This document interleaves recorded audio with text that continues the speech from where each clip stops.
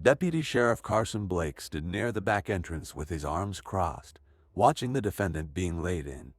A young black man, maybe 25, thin, wearing an orange jumpsuit that hung loose on his frame like a costume to sizes too big. Carson didn't look at his face. He didn't need to. He'd already decided what he was looking at. He'd decided the moment he'd pulled the man over 3 weeks ago on Highway 58, just outside Bakersfield, California. The man's name was printed on the docket in black ink that had smudged slightly at the edges. Terrence Williams. Possession with intent to distribute. Third strike. Carson had been the arresting officer. He'd found the drugs in the trunk during what he'd called a routine traffic stop. Routine. That's what he'd written in the report. That's what he always wrote. Clean. Simple. Unquestionable. What Carson didn't write was that he'd pulled Terrence over because the car was old. A 1998 Toyota Camry with paint that had faded to a dull gray. Because the windows weren't tinted just dark enough to make him suspicious. Because the driver was black. He didn't write that he'd searched the trunk without probable cause, without consent, without anything except the certainty that no one would question him. He didn't write that the drugs, a clear plastic bag containing 37 grams of methamphetamine, had been in his patrol car before the stop ever happened. He didn't need to write any of that, because in Kern County, Carson Blake had been a deputy for 19 years, and in 19 years, no one had ever questioned him. Not once. The judge entered through the side door, black robes swishing softly against the worn carpet. Everyone stood. The sound of chairs scraping against the floor echoed in the high, silencing room. Carson stayed near the door. He wasn't testifying today.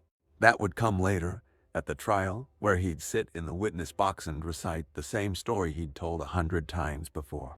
Today was just the arraignment. A formality. Terrence Williams would plead not guilty. His public defender, a tired woman in her mid-40s, with a wrinkled blazer and coffee stains on her sleeve, would ask for bail. The judge would deny it, citing flight risk and the severity of the charges. And Carson would go home, heat up leftover meatloaf, watch the news, and sleep just fine. That's how it always went. Except today, there was someone else in the courtroom. Sitting in the third row, near the aisle, was a man Carson hadn't seen before. White guy, maybe late 30s, wearing a faded denim jacket that had seen better days in jeans with a small tear near the left knee. His hair was a little too long, touching his collar in the back. His boots were scuffed, the kind you bought at a thrift store or wore for 10 years without replacing. He had a notebook open on his lap, a cheap spiral-bound thing with a blue cover. But he wasn't writing. His pence had unused in the margin.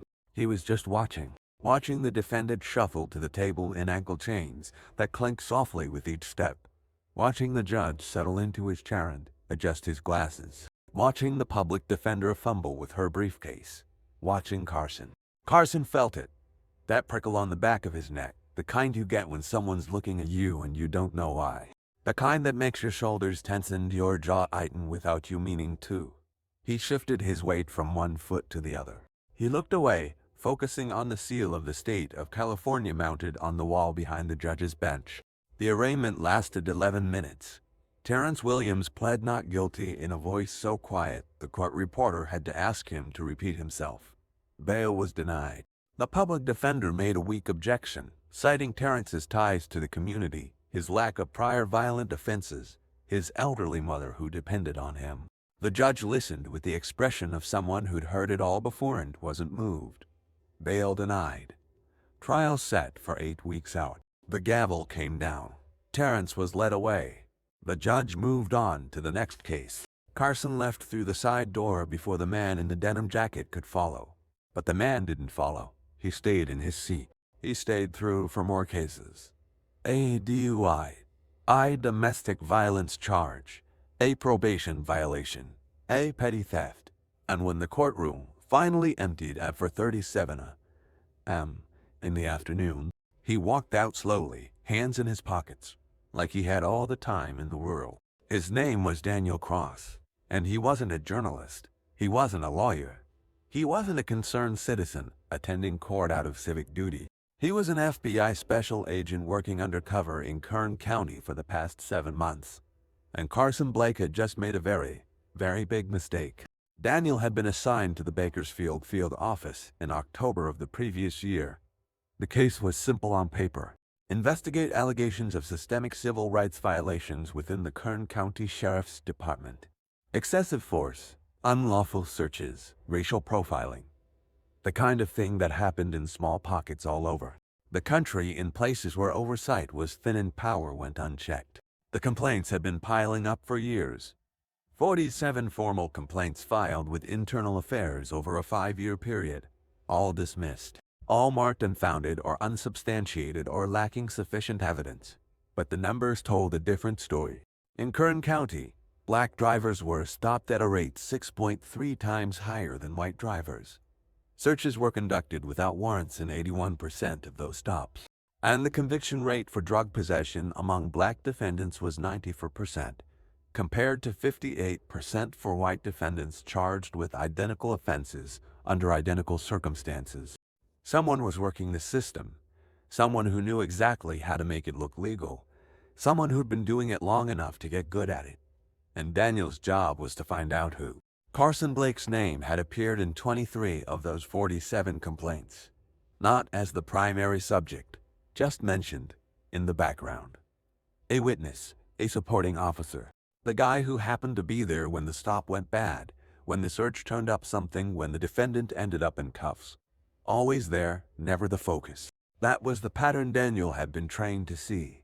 The officer who's always present but never blamed. The one who knows how to stay just outside the spotlight while the system does its work. Daniel had been watching Carson for 6 weeks. He'd sat in on 3 trials, always in the back, always dressed like someone who didn't belong. He'd reviewed 14 arrest reports, cross-referencing dates and locations and outcomes. He'd interviewed 5 defendants after their convictions, men and women who'd served their time and had nothing left to lose by telling the truth. And every single one of them told the same story. Carson Blake had planted evidence. But stories weren't proof. Testimony from convicted felons wasn't enough to build a federal case. Daniel needed something concrete, something undeniable, something that would hold up in court and survive the scrutiny of a defense attorney who'd argue entrapment and overreach and every other angle they could find. So he did what he always did. He waited. 3 days after the arraignment, on a Thursday afternoon at 2:47 a.m., Carson pulled over another car. Highway 58 again. Same stretch of road, a 2-lane blacktop that cut through flat farmland, dotted with oiled Erickson irrigation equipment. Same time of day when the sun was high and hot and the asphalt shimmered in the distance. The car was a 2006 Honda Civic, dark blue with a cracked taillight on the driver's side. The kind of thing that gave an officer probable cause to make a stop. Legal, defensible, by the book. The driver was a black woman, 32 years old, named Shanice Porter. She was on her way home from work, still wearing her scrubs, light blue with a small coffee stain near the pocket. She was a nurse at Mercy Hospital, working the day shift in the ICU. She had no criminal record, not even a speeding ticket. She paid her taxes. She volunteered at Hurd Otter School. Carson didn't care. He activated his lights and pulled in behind her. Shanice signaled and eased onto the shoulder, gravel crunching under her tires. She put the car in park. She turned off the engine. She placed both hands on the steering wheel at 10 and 2, the way her father had taught her when she was 16. Carson took his time getting out of the patrol car. He adjusted his belt. He put on his sunglasses, even though the sun was behind him. He walked up to the driver's side window with his hand resting on his holster. Not gripping it, just resting. The way he always did. The way that made people nervous without him having to say a word. License and registration. Shanice handed them over. Her hands were shaking. Carson noticed. He always noticed. It was one of the things he looked for. Nervousness. Guilt. The assumption that if someone was scared, they had something to hide. "Do you know why I pulled you over?" "No, sir." "Your taillight's out." Shanice glanced in the rearview mirror. She could see the crack in the red plastic casing. She'd noticed it last week, but hadn't had time to get it fixed. She nodded. "I'm going to need you to step out of the vehicle." "Why?" "Step out of the vehicle, ma'am." She did. Her legs felt unsteady as she stood on the gravel shoulder. Cars passed on the highway, their drivers glancing over but not slowing down. No one ever slowed down. Carson walked her to the back of the car. He made Hurst and off to the side, near the white line that separated the shoulder from the road. While he opened the trunk, he moved slowly, methodically, like he was looking for something specific, like he already knew what he'd find. And then he found it. A plastic bag, clear, filled with small white rocks that caught the sunlight. Methamphetamine, about 40 grams. Shanice started crying immediately. Not loud, hysterical sobs, but the quiet kind that come when you know your life is about to change and there's nothing you can do to stop it. She said she didn't know how it got there. She said it wasn't hers. She said, please, please, I have a daughter. She's 9 years old. She needs me. Carson didn't respond. He just pulled out his handcuffs. He turned Shanice around and cuffed her wrists behind her back, the metal clicking into place with a sound that felt final. He read her rights in a monotone voice. The words so familiar he didn't have to think about them anymore. He put her in the back of the patrol car, one hand on her head to keep her from hitting the doorframe. What Carson didn't know was that Daniel Cross was parked 200 meters down the road. In an unmarked sedan, a gray Ford Taurus with tinted windows and a rental sticker on the bumper, with a long-range camera mounted on a tripod in the passenger seat, with a directional microphone pointed at the traffic stop. And he'd recorded everything. The arrest made the local news that night. Nurse arrested on drug charges. Community in shock. Shanice's face appeared on screen for 3 seconds. A mugshot taken at the county jail where she'd been processed and fingerprinted and stripped of everything that made her a person. Her daughter, Amelia, 9 years old with braids tied with purple ribbons, was placed in temporary foster care with a neighbor Shanice barely knew. Her lawyer, the same tired public defender from Terrence Williams' case, filed a motion to suppress the evidence. Unlawful search, no probable cause. The traffic stop was legal, but the search of the trunk wasn't. There was no reason to believe Shanice was armed or dangerous. No reason to search beyond the initial stop. The motion was denied. The judge's name was Harold Brennan. He'd been on the bench for 22 years, appointed by a governor who'd since retired and moved to Arizona. He played golf with Carson Blake every other Sunday at the Bakersfield Country Club, a 9-hole course with brown grass and a clubhouse that smelled like cigars and old leather. They'd known each other since high school, back when they'd both played football and dated the same girl, though neither of them talked about that anymore. Daniel knew that too. He'd pulled the phone records, the golf club memberships, the photos from the club's annual charity tournament where Carson and Judge Brennan stood side by side holding an oversized check. The trial was set for 6 weeks out. Shanice was denied bail. The prosecutor argued she was a flight risk, despite the fact that she'd lived in Bakersfield her entire life and had never been more than 100 miles from home. The judge agreed. Shanice sat in county lockup, wearing the same orange jumpsuit Terrence Williams had worn.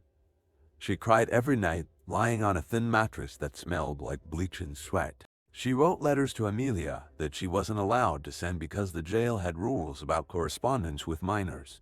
She stared at the ceiling and wondered how her life had come to this. And Carson Blake went home, heated up leftover meatloaf, watched the news, and slept just fine. But Daniel Cross didn't sleep. He spent those 6 weeks building a case, not just against Carson, against the system that had protected him for 19 years. He pulled financial records, subpoenaing bank statements, untaxed returns and credit card receipts. He found payments, cash deposits into Carson's account.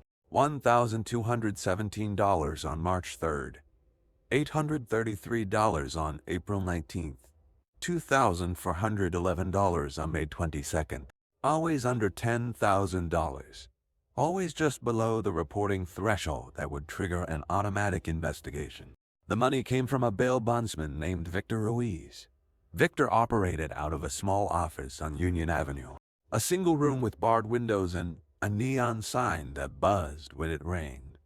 He had ties to a local drug ring, a network that had been operating in Kern County for 8 years without a single major arrest.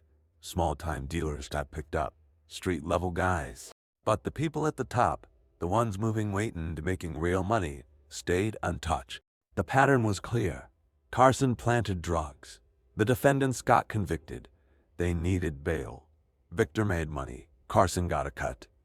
It was elegant, simple, and it had been going on for at least a decade. Daniel took everything to his supervisor, a woman named Assistant Director Laura Mendez, 51 years old. With gray hair, she didn't bother to die and a reputation for being impossible to intimidate. She reviewed the evidence in silence, spreading the documents across her desk in neat rows. Financial records, arrest reports, witness statements, recordings. When she finished, she looked up at Daniel. Her expression hadn't changed. "How sure are you?" 100%. "Then we move." But before they could move, Daniel needed more. He needed the other victims. The ones who'd already been convicted. The ones whose lives had been destroyed. The ones who tried to fight back and lost. He started with the files. 23 cases where Carson Blake had been involved. He narrowed it down to the ones that fit the pattern. Traffic stops on Highway 58 or Edison Highway or Route 99, trunk searches. Drugs found in places that didn't make sense. Convictions. He found 3. The first was Marcus Chen, 41 years old, a high school math teacher from Delano, stopped on Route 99 in March of 2023. Carson had found cocaine in the spare tire compartment, tucked inside a black duffel bag Marcus had never seen before. Marcus insisted it wasn't his. He bought the car used 2 months earlier from a dealership in Fresno. The jury didn't believe him. They deliberated for 3 hours and came back with a guilty verdict. Marcus was sentenced to 5 years. He lost his teaching license. His wife divorced him while he was inside, taking their 2 sons and moving to Sacramento. When Marcus got out after serving 3.5 years with good behavior, his sons didn't want to see him. They were teenagers now. They had new lives. Lives that didn't include a father with a felony record. When Daniel found him, Marcus was working night shifts at a warehouse in Fresno, loading trucks for $14.50 an hour. He lived in a studio apartment with a hot plate and a mattress on the floor. He agreed to testify, but his voice shook the entire time he told his story, and when he finished, he asked Daniel if this would really change anything. Daniel said yes. Marcus didn't look like he believed him.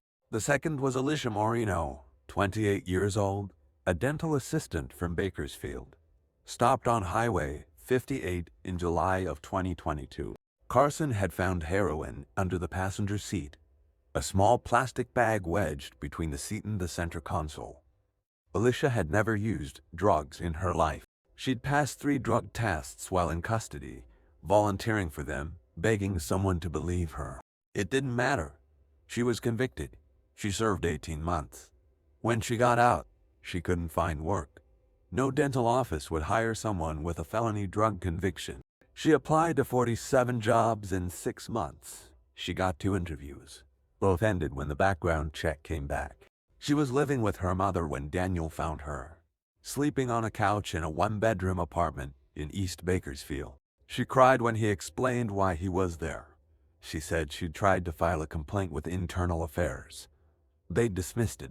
They said there was no evidence of misconduct. They said the drugs were found in her car, and that was all that mattered. The third was Jerome Patterson, 35 years old, a construction worker from Oildale, stopped on Edison Highway in November of 2021. Carson had found methamphetamine in a backpack in the bed of Jerome's truck, tucked under a tarp next to a toolbox and a bag of cement mix. Jerome didn't own a backpack. He'd never seen it before. He told his lawyer. His lawyer told him to take a plea deal. The evidence was solid. The jury would convict. If he pled guilty, he'd get 3 years instead of 7. Jerome took the deal. He served 2 years and for months. When he got out, he tried to go back to construction. But every job application asked the same question. Have you ever been convicted of a felony? And every time he checked yes, the interview ended before it started. He was doing odd jobs when Daniel found him. Roofing, drywall, anything that paid cash and didn't ask questions. He was trying to rebuild his life, but it was hard, harder than he'd ever imagined. When Daniel showed him the evidence, the recordings, the financial records, the pattern. Jerome didn't say anything for a long time. He just stared at the papers spread across the table. Then he looked up. "You're really going to take him down?" "Yes." "Then I'm in." If you're still watching, you already know this isn't just about one corrupt cop. It's about a system that protected him for 19 years.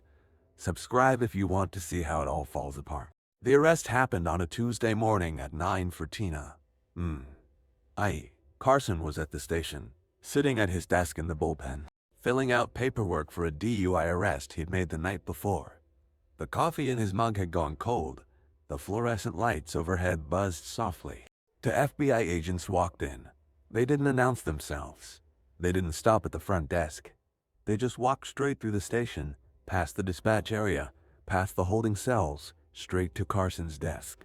"Carson Blake, you're under arrest for civil rights violations, evidence tampering, and conspiracy to distribute controlled substances." Carson stood up. His chair rolled backward and hit the desk behind him. Every deputy in the room stopped what they were doing. Phones were set down. Conversations ended mid-sentence. Everyone was watching. "You've got the wrong guy." "No, sir, we don't." They cuffed him, right there in front of everyone. They walked him out through the front door, past the same hallway where he'd stood with his arms crossed, untouchable, past the same courtroom where he'd watched Terrence Williams get arraigned, past the parking lot where his patrol cars, and with 87,000 miles on it and the coffee stain on the passenger seat. He wasn't untouchable anymore. The case went federal. The trial lasted 3 weeks. The courtroom was packed every day. Reporters, activists, community members who'd lost sons and daughters and brothers and sisters to a system that had failed them. Daniel testified on day 4. He presented the recordings, the financial records, the pattern of stops. He walked the jury through every detail, every transaction, every lie. The jury listened in silence. When the video of Shanice Porter's arrest played on the screen at the front of the room, 2 jurors looked away. Shanice testified on day 7. She wore a navy blue dress her mother had bought for her at Macy's. Amelia sat in the front row with Shanice's mother, holding her grandmother's hand. Shanice didn't cry. She just told the truth.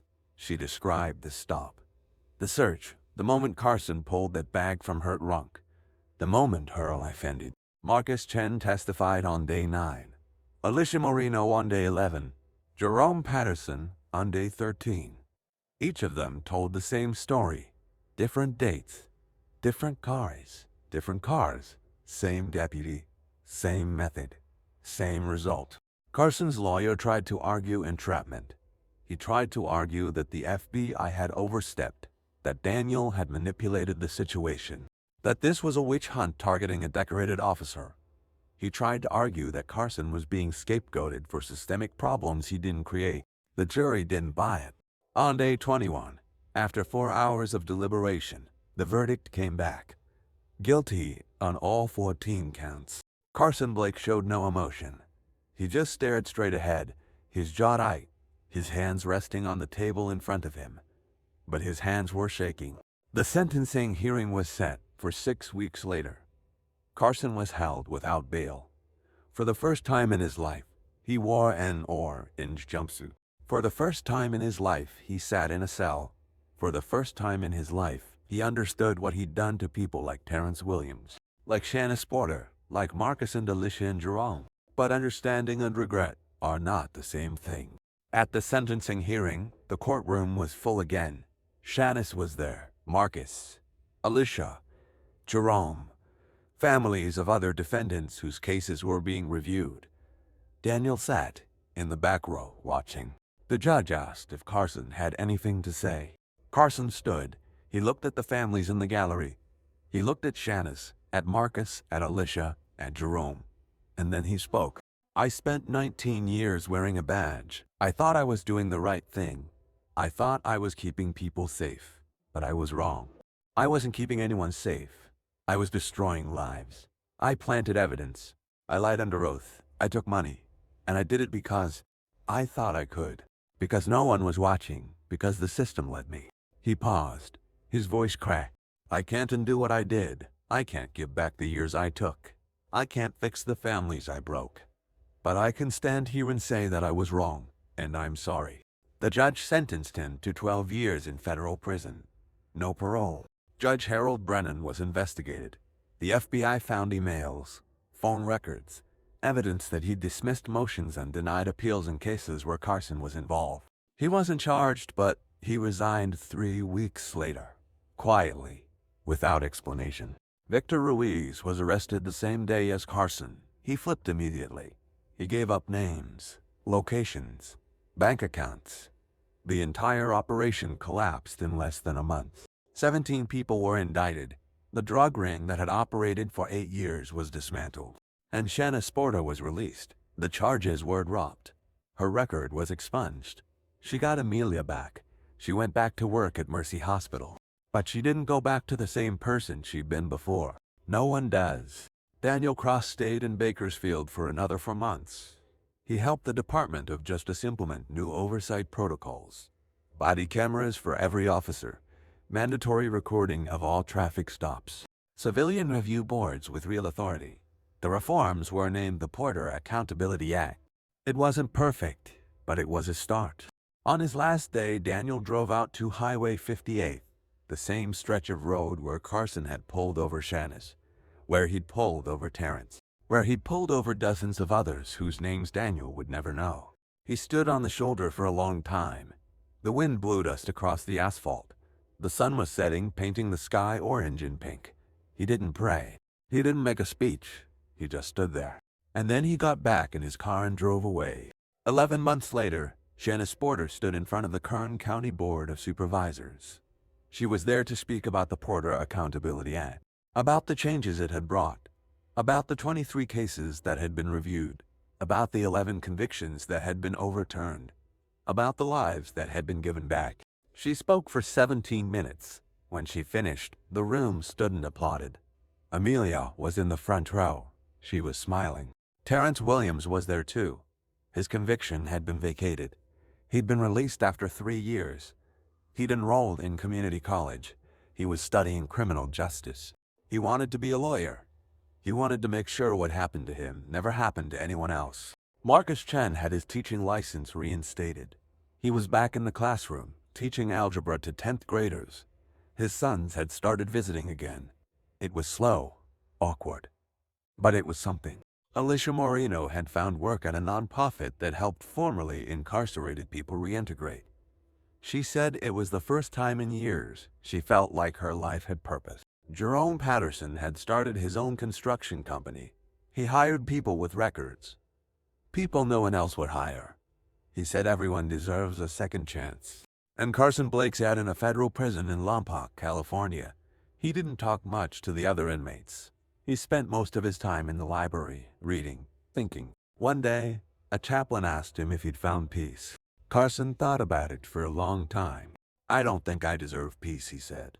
"But I'm trying to understand why I did what I did, and I'm trying to make sure that if I ever get out of here, I never do it again." The chaplain nodded. "That's a start. Justice isn't always loud.